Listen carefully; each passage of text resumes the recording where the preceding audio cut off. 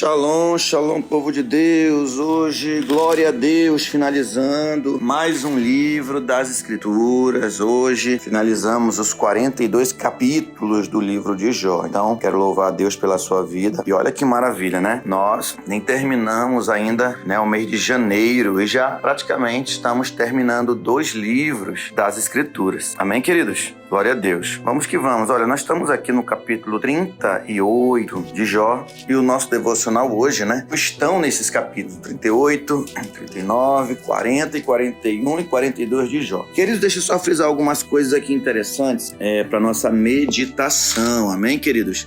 Glória a Deus. Então temos algumas coisas aqui para nós falarmos importantíssimas, tá? Que nos leva a algumas reflexões bem importantes. Eu quero aqui começar destacando, queridos, no capítulo 38, quando Deus ele começa a convencer Jó de ignorância, que existem coisas que o ser humano, ainda que ele questione, ainda que ele argumente, ainda que ele tente achar respostas, na verdade o ser humano ele nunca vai encontrar as devidas respostas. E justamente essa limitação que o ser humano possui já deve ser o suficiente para torná-lo humilde, apesar, é claro, de nós procurarmos andar de forma correta, de forma justa nesse mundo. Então, eu tendo essa compreensão e essa humildade, com certeza eu vou entender alguns dilemas que a vida nos impõe. Então, aqui no capítulo 38 de Jó, nós temos Deus convencendo Jó de ignorância. A partir do quê? A partir de tantas coisas que Deus ele começa a citar que o homem não compreende.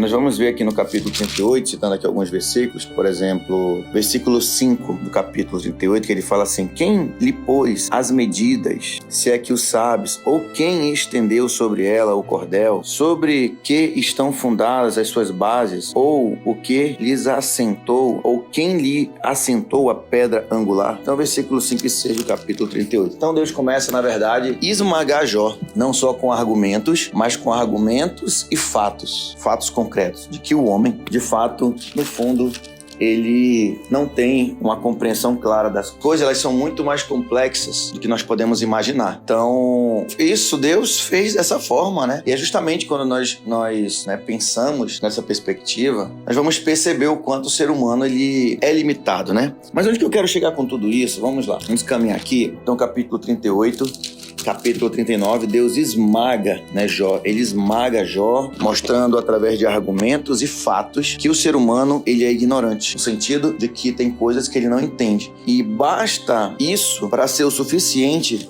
para que o homem ele se mantenha humilde, como eu disse, ainda há pouco. Aqui no capítulo de número 40, Deus ele diz assim para Jó, assim: disse mais o Senhor a Jó, 40 versículo 1 e 2. Acaso quem usa de censuras contenderá com Todo-Poderoso? Quem assim argue a Deus que responda? Olha que coisa interessante aqui, Deus ele vai abater totalmente, o orgulho de Jó. O pouco que Jó ainda tinha, Deus abate de uma vez por todas. Diante da revelação da palavra divina, a única coisa que nos resta é sermos humildes. Amém? E aí Deus, não sei se você vai lembrar, mas lá no capítulo 38, no versículo 3, aqui no capítulo 38, no versículo 3, Jó fala uma coisa bem assim, cinge, pois, os lombos como um homem, pois eu te perguntarei e tu me farás saber. Tem aqui também no capítulo 13, versículo 3, deixa eu ver se eu acho aqui pra você, Jó capítulo 13, só pra gente nós completarmos aqui esse raciocínio. Capítulo 13, versículo de número 3,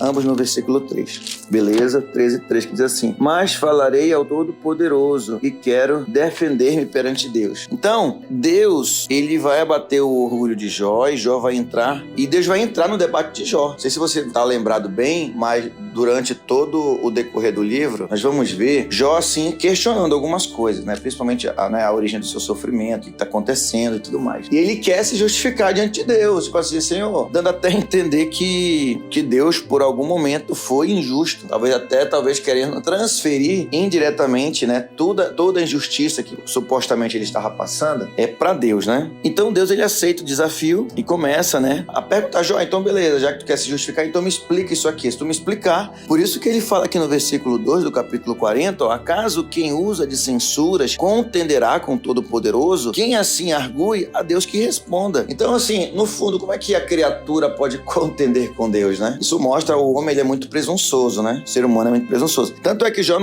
aqui no capítulo 40 ainda, no versículo 3, continuando, ele fala assim: então Jó respondeu ao Senhor e disse: sou indigno. Que te responderia eu? Ponho a mão na minha boca. Uma vez falei e não replicarei. Aliás, 2 vezes, porém não prosseguirei. Então aqui Deus dá um checkmate em absoluto em qualquer orgulho ou pretensão ou presunção de Jó de talvez levantar a possibilidade que Deus era injusto e que Jó era uma vítima do que estava acontecendo ali, né? E essas palavras de Jó, na verdade, é um arrependimento sobre as lamentações dele. Eu acho que ele passa boa parte dos capítulos anteriores tentando se justificar diante de Deus, né? Aí, então, se a gente parar para pensar um pouco, como é que o homem, né, ele pode se justificar diante de Deus, né? Quem somos nós, queridos, apesar, né, de nós andarmos ou procurarmos andar em retidão diante de Deus, mas ninguém vai ser justificado perante Deus simplesmente porque fez algumas coisas boas ou corretas. Na verdade, apesar do homem, entre aspas, ter, né, a sua bondade ou fazer coisas boas, isso não pode o justificar diante de Deus, né? Então isso que é algo interessante para se observar.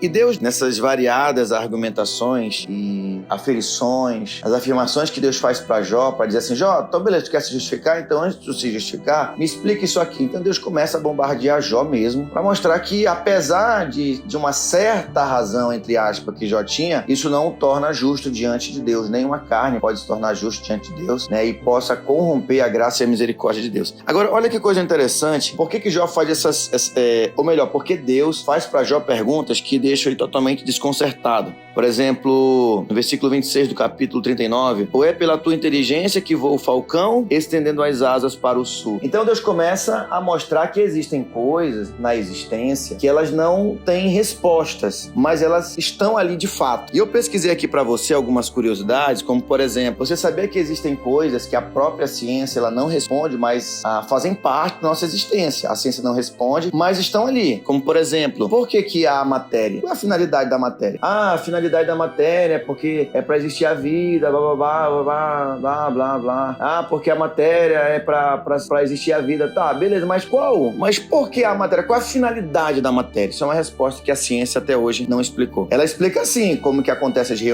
as reações químicas, explica como que, né, as moléculas se ligam, o que vai acontecer, ou por que está em tal posição. Até, de certa forma, a ciência dá uma explicação. Agora, qual a finalidade de existir a matéria? Só o Criador, só quem fez, vai poder dar uma explicação sobre isso. Por exemplo, o que é a consciência de fato? Até hoje a psicologia, né, e a espiritualidade ainda não chegaram a uma conclusão. O que é a consciência? Por que sonhamos? Qual a finalidade? Não, porque o sonho é um alerta. Tudo bem, eu sei que é um alerta. Mas por quê? Quem determinou que o ser humano tem que sonhar? Explica, né? Outra pergunta. O que nos torna humanos? É porque eu tenho pensamento. Beleza, mas o que nos torna de fato humano? O que é ser humano? O que é ser humano? Qual a finalidade do ser humano? Por exemplo, como começou a vida? Como começou? Uma explosão. Mas sim, mas quem causou a explosão? Outras perguntas. Estamos sozinhos no universo? Não, existem os OVNIs, os ET, mas sim, cadê eles que nunca apareceram aqui? Então é uma coisa que ninguém pode explicar, né? O que mais?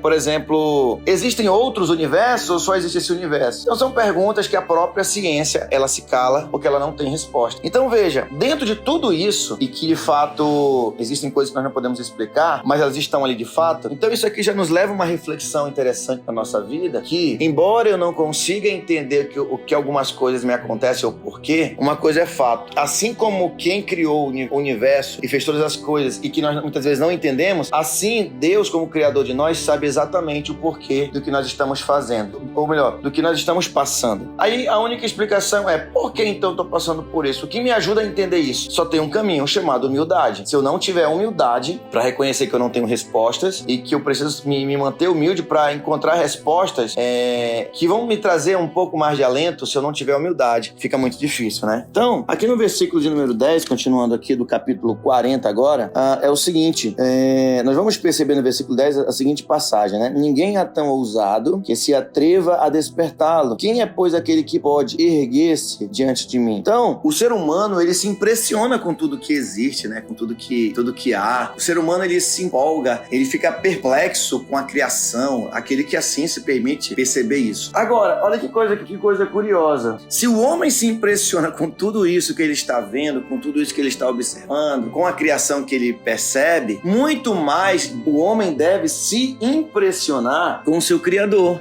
Se já é impressionante as coisas criadas, quanto mais quem as criou. Então isso que deve mais ainda nos impressionar. Amém? Então isso é algo interessante para se observar aqui, o porquê que Deus ele confronta Jó. Porque o homem, para que ele possa conhecer mais a Deus, tem que ser humilde, ele tem que descer de fato. E Deus está mostrando para Jó justamente esse caminho. Jó, tem tudo para te me conhecer. Só desce mais um pouco.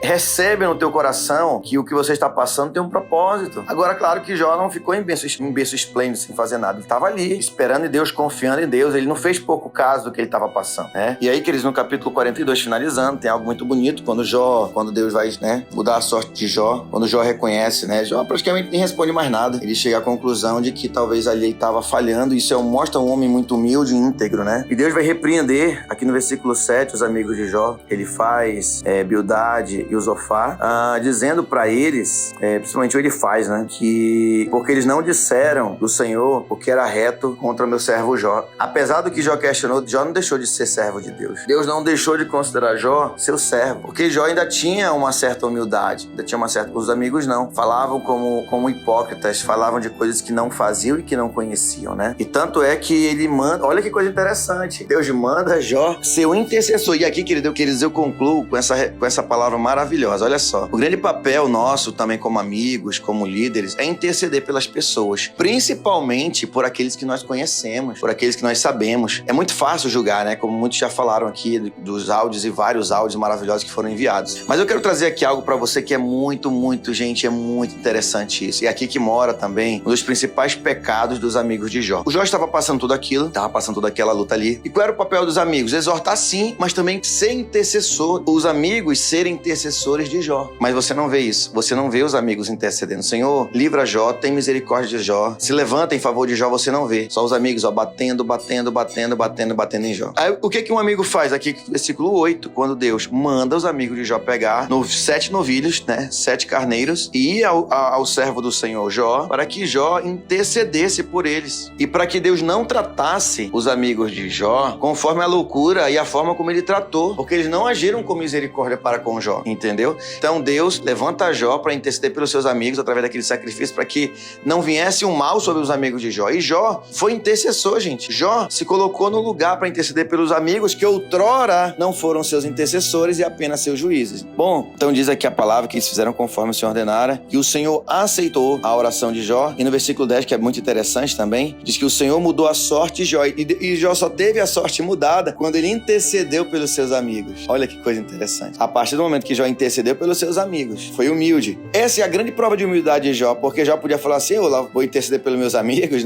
Olha o que eles fizeram comigo e tal. E mesmo naquela situação todo quebrado, gente, Jó ainda intercedeu pelos seus amigos. Jó fez exatamente aquilo que ele fez lá no início do livro. Por intercedir pelos seus filhos, oferecer sacrifício pela sua família, pelos seus conhecidos. Amém, queridos? Então eu concluo dizendo para você, nessa palavra, que nosso Deus, ele é muito grande, ele é muito mais... não dá nem para nós imaginarmos a grandeza do nosso Deus. Se nós já ficamos impactados com as coisas criadas por ele, quero dizer, já ficamos impactados com o que ele faz que é grande, imagine o próprio Deus. Deus é muito maior do que nós podemos imaginar. Então os caminhos de Deus são muito mais altos, muito mais profundos do que nós podemos imaginar ou perceber ou quisera nós podermos conjecturar algo. Deus é muito grande. E aí também, queridos, nós devemos ser intercessores, Como eu estava falando, Deus é muito grande e nós devemos nos impactar mais com Deus e saber que tudo que Deus faz tem um propósito muito grande na nossa vida. Assim como Ele cuida da natureza, de todas as coisas e fez tudo com um propósito. Ele não está preocupado com a natureza necessariamente, claro que Ele se preocupa, mas o foco maior de Deus é o homem. E aqui eu digo também, finalizando, que devemos ser intercessores. Podemos estar numa situação,